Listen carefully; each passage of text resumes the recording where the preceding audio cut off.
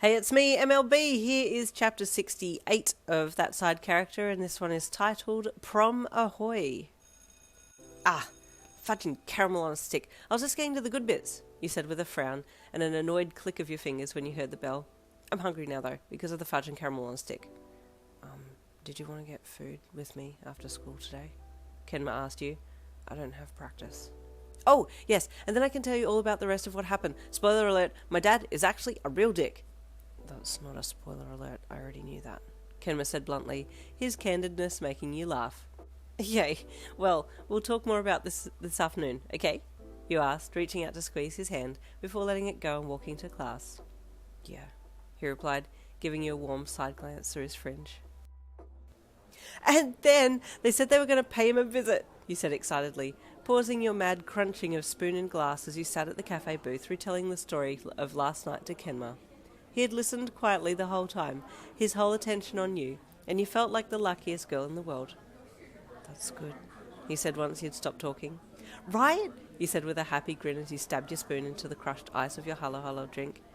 Oh, a jelly piece, you whispered happily as you scooped it out of the glass and popped it into your mouth. Hey, where's your pissy pea? You don't have it with you today? I finished Monster Hunter, he replied after swallowing some of the sweet drink. You did? That's awesome, you replied happily. So what now? I've ordered another game, he said calmly. It's a new one, so I have to wait for it to come in.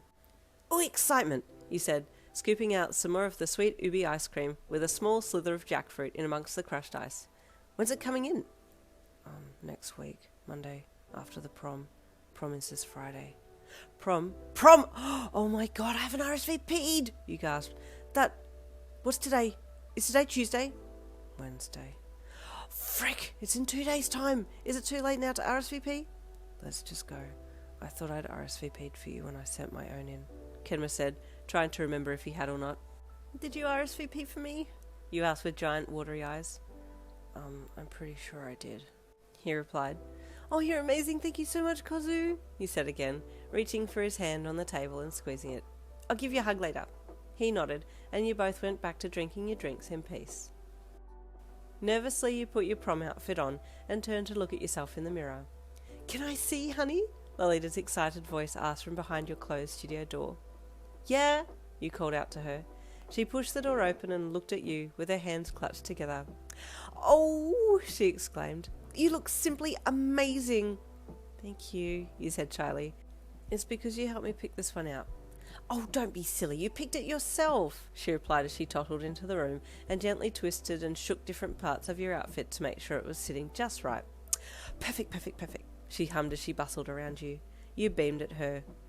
Thanks for everything, Lolita, you said warmly. I'll catch the bus in, and if it's going to be a late night, then I'll stay at Kozu's, but I'll text you to let you know. Yes, please let me know, she said with a smile. I will, you replied, bending down and grabbing for your shoes to put them on.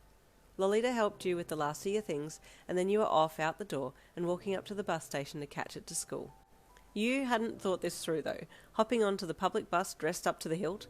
Your embarrassment peaked as you got on and found a seat and then sat down.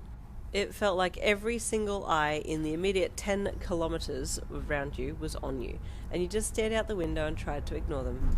Just gotta get to school. You took a deep breath in and then sighed it out and pulled your phone out to text Kenma.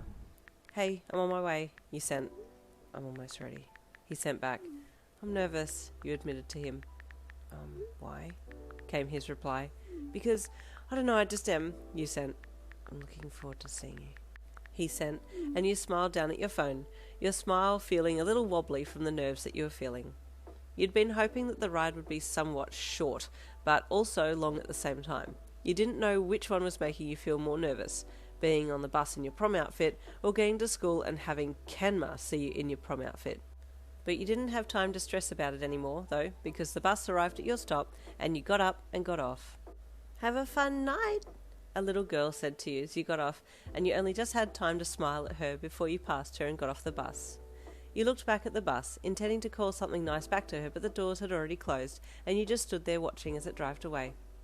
Oh, okay, well, now I have to find Kozu, and you turned around. He was standing there. Whoa! Where did you... You threw your arms up with the broad side of your hands facing him, as if you were about to karate chop him. You look really good, he said softly, his eyes watching you through his curtain fringe. He had on just an ordinary looking suit, but damn, he looked good. You look so good, you said, lowering your arms to your side. He held his hand out to you, and you reached out and took it, accompanying him as he walked to the school hall where the prom was being held. More and more of your classmates could be seen as you got closer to the doors, and you could hear the music coming from inside the hall. Your teacher was waiting at the door with a clipboard full of names, and not thinking anything about it, you and Kenma just walked straight up to her and waited. She looked down at the list and ticked something, and then looked back up. Kenma Kozume, you may enter, but Yin Lin, your name is not on the list. Ugh, can this teacher just go away already? Next chapter tomorrow, I'll see you then.